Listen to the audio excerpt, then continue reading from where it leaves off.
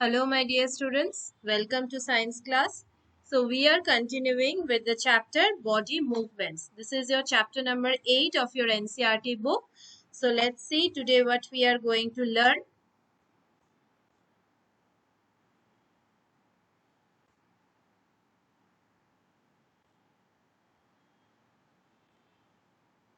Today, we will be learning about the bones of our hand, and then we will be learning another part of our skeletal system, that is cartilage. We will be reading about its structure, its occurrence, that means where they are found, and their functions. So let's proceed. Now basically our hand it consists of three parts. What are that? Number one is the wrist. Wrist means where we put watch, then wristlet and all. Okay. Then comes what? Then comes palm. Okay, palm means the part where we hold any object. Okay, and then comes what? Then comes fingers. Okay, there are 5 fingers in our hand. Understood? Okay, so now the wrist. Okay, the wrist it consists of 8 small bones, and they are known as what? They are known as carpals. Here you see. This is the enlarged view of the bones of the carpals. These bones are the small bones. Okay. These bones are the small bones like a stone chip. Okay. Here you see. 1, 2, 3, 4, 5, 6, 7, 8. All total 8 bones are there. Okay. Out of that also it is distinguished as proximal carpals, distal carpals and metacarpals. Okay. Now these wrist bones, they are known as what? They are known as carpals. This wrist bone are known as what? They are known as carpals. And each of these bones, okay, they are joined together. Understood? Next comes what? Next comes the palm of our hand. Now this is what? This is actually the palm of our hand.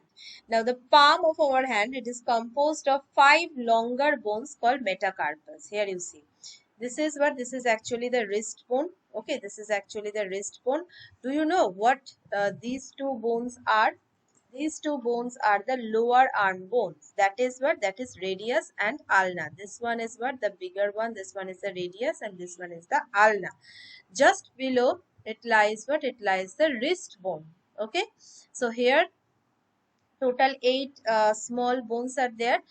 On below of that there are what? There are the palm bones. Okay, here you see all total 5 palm bones are there, and these are known as what? These are known as metacarpal bones. These are known as metacarpal bones. Now these are what? These are the type of long bones. Okay, and over here there is no presence of joint in between. Where does the joint lies? The joint lies between the wrist and the palm, and the palm and the fingers. Okay, but over the wrist there is no joint. That is why you cannot able to that is why you cannot able to join your palm. Understood? Next comes what? Next comes the fingers. Now the fingers including the thumb, okay, they are made up of jointed bones called what? Called phalanges. Okay, the finger bones are called phalanges. Here you see 5 fingers are there. This is thumb, this is forefinger, middle finger, ring finger and little finger. Okay. Now, except thumb. Okay, this one is what? This one is actually our thumb. Now, except thumb, in these 4 fingers, there are 3 bones each. Okay, now since there are 3 bones each, so how many joints are there? 2 joints are there. Here you see. Now, 3 bones, they are known as what? Number 1 is the distal phalanges, number 2 middle phalanges, number 3 proximal phalanges. Okay, so here you see three bones are there, and in between 2 joints are there. Okay, but in case of thumb only 2 phalanges are there in case of thumb. Okay, so that is why over here only 1 joint is there. Understood? So that is why you will find that you can bend thumb or at one direction only, that means here only, but in these 4 fingers you can bend your finger over here also and over this part also. Understood? So total, now if we count, so how many bones are there in our hand? Now this carpal, how many carpals are there? 8. 8 plus 5. 5 palm bones, isn't it? That is metacarpal. So 8 plus 5 is what? 13. Okay. Now 13 plus 13 plus over here, how many finger bones are there? 3 into 4, that is 12. So 13 plus 12 is what? 13 plus 12 is 25. 25 plus 2. Okay, 2 of thumb bones, 27. So all total 27 bones are there in our hand. That means from wrist to our finger. Okay, and if you consider your entire hand, then upper arm contains what? Contains a single bone, that is what? That is humerus, and lower arm it consists of 2 bones, that is radius and ulna. Understood? Now, next comes what? Next comes the cartilage. Okay. Now, you all know that skeletal system, it consists of hard bones. Now, most of the part of the skeletal system actually consists of hard bone. Okay, but there are some places in the skeletal, okay, where the material, it is not as hard as bones. Okay, but it can be bent. This is called what? This kind of material is called cartilage. So we can say that though most of the bone skeleton is made up of bones, but it has some cartilage too. Okay, so cartilage, it is what? It is firm blood but flexible. Okay, and it is found at some places in the skeleton, right? Cartilage, it is softer than bones, and cartilage, they can be bent without breaking. So you can say that cartilage, it is a kind of softer and elastic bone. Okay, it is a kind of softer and elastic bones. Next, occurrence of cartilage. Okay, occurrence of cartilage, where these cartilages are found. Number one is what? Number one is in the pinna of ear. Number 2 is found at the end of the nose. Here you see. This is the end of the nose. Over here it is found. Okay. This is the cartilage. Okay. This is the pinna of the ear. That is the outer ear. Okay. Then cartilage, it is found at the end of the bones where they are joined to each other. That means in the presence of joint, there is actually a cartilage. Now, what is the function of this cartilage? I will say now.